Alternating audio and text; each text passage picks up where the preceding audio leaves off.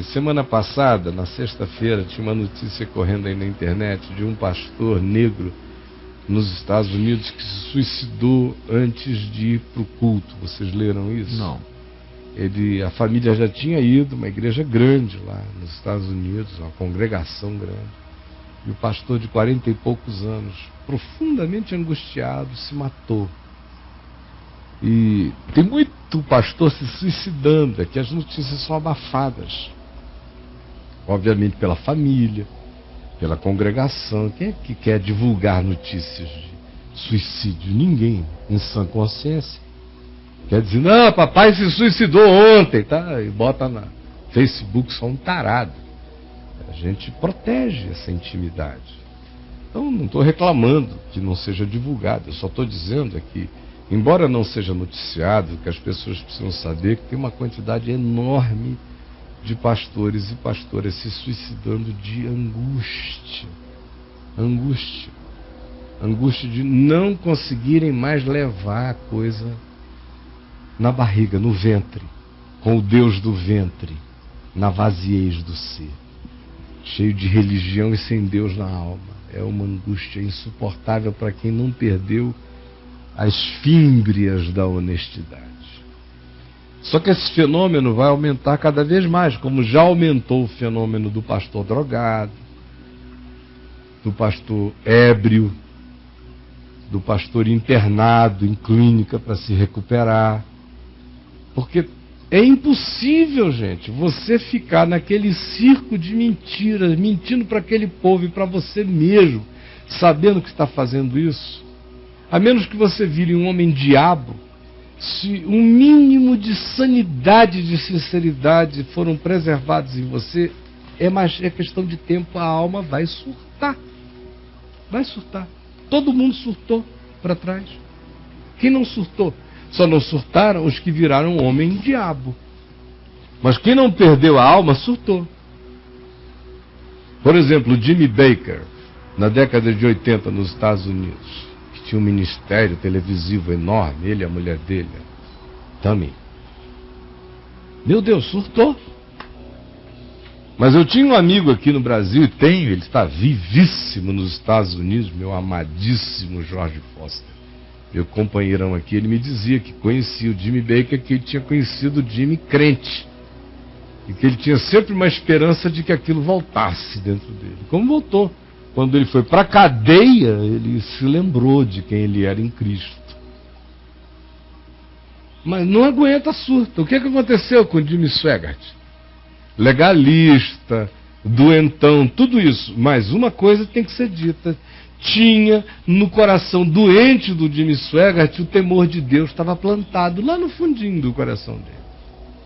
Por isso é que ele não aguentou, porque tem outros que se desenvolveram na arte de enganar e que enganam até hoje, estão enganando há 60 anos, fazendo o que o Swaggart era o escoteiro deles, perto do que eles fazem. E não sentem nada, cara, estão morrendo sem sentir nada. Mas o Swaggart praticamente se entregou. Quem é que vai, conhecido do jeito que é, contratar prostituta para fazer blowjobs no cara em esquinas da América? Só se for para ser apanhado pela polícia, o inconsciente querendo ser flagrado de agonia. Tem tudo porque é mais fácil. Mais fácil. Agora, tem gente a dessa sofrendo disso e vai ter cada vez mais gente entrando no outro esquema mais adiantado, que é de começar a se matar, de agonia. Se o Evangelho não for acolhido, se continuarem insistindo na mentira de trocarem a fonte de água viva pelas cisternas rotas, se continuarem ouvindo a Satanás e transformando pedras em pães, e pulando do pináculo do templo, e aceitando todos os poderes deste mundo e prostrando, adorando, como tem feito, quem não virá homem-diabo de vez vai se suicidar, o que é um bom sintoma em Judas, né?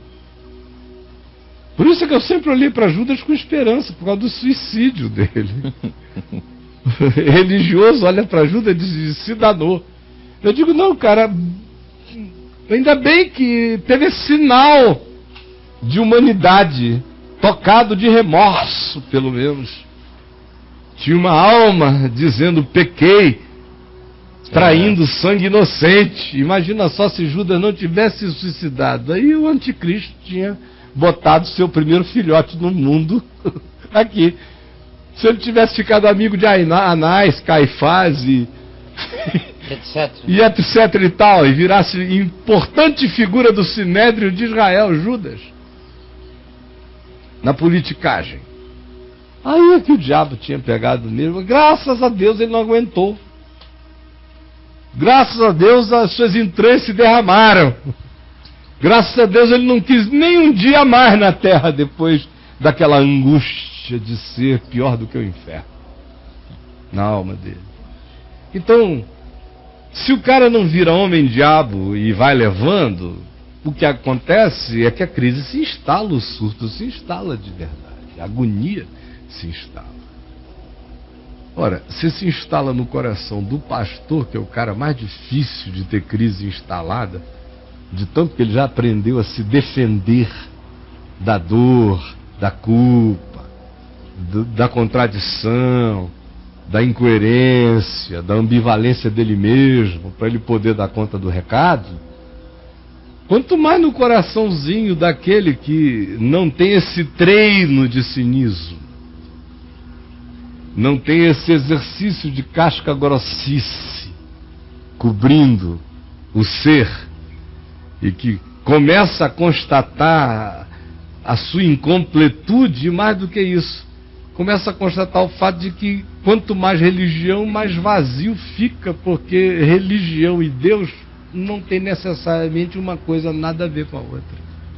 Quando o cara descobre isso e vê que ele está brincando ali nos carrinhos dele para lá e para cá, e que o mundo dele é só aquilo ali mesmo, é palco, é cenografia, é brinquedinho, mas não vai encher nada.